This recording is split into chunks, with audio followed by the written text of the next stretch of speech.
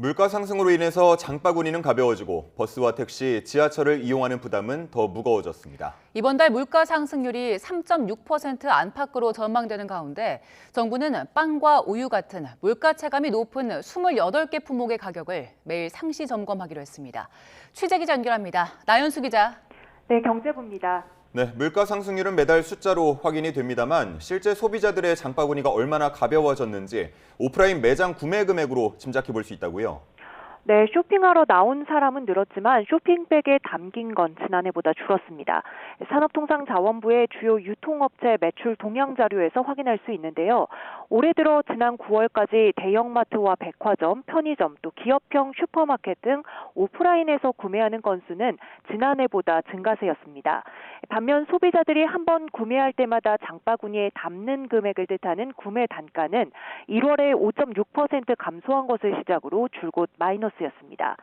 7월에는 지난해와 같은 수준이었고 9월에는 소폭 늘었지만 물가 상승분을 고려하면 사실 마이너스에 가깝습니다. 물가가 오르는데도 구매 금액이 줄었다는 건 소비자들이 얼마나 허리띠를 졸라매고 있는지 보여주는데요. 그도 그럴 것이 쇼핑하고 장 보러 나가는 길부터 돈이 더 듭니다. 지난달 운송 서비스 물가가 1년 전보다 9.1% 올라 16년 6개월 만에 가장 큰 폭으로 상승한 것으로 나타났습니다. 특히 시내버스와 시외버스 요금이 10% 이상, 택시비가 20% 올라서 도로 여객 수송 물가가 1년 전보다 13.8% 올랐는데 1998년 12월 이후 24년 10개월 만에 가장 큰 폭의 상승입니다. 네, 그럼 정부는 물가 안정을 위해서 어떤 대책을 마련하고 있습니까?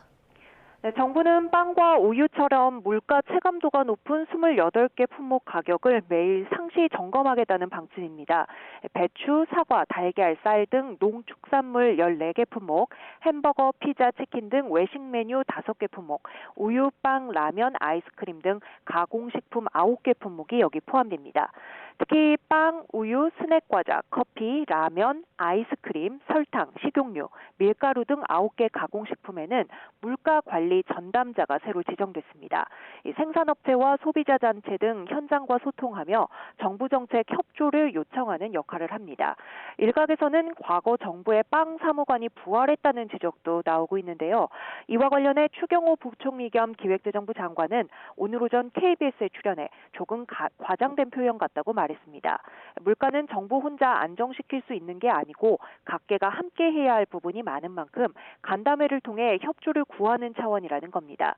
향후 물가 흐름에 대해서는 최근 농산물 가격이 대체로 하락세라며 이번 달에는 물가 상승세가 3.6% 안팎의 흐름을 보일 것이라고 예상했습니다. 지금까지 경제부에서 전해드렸습니다.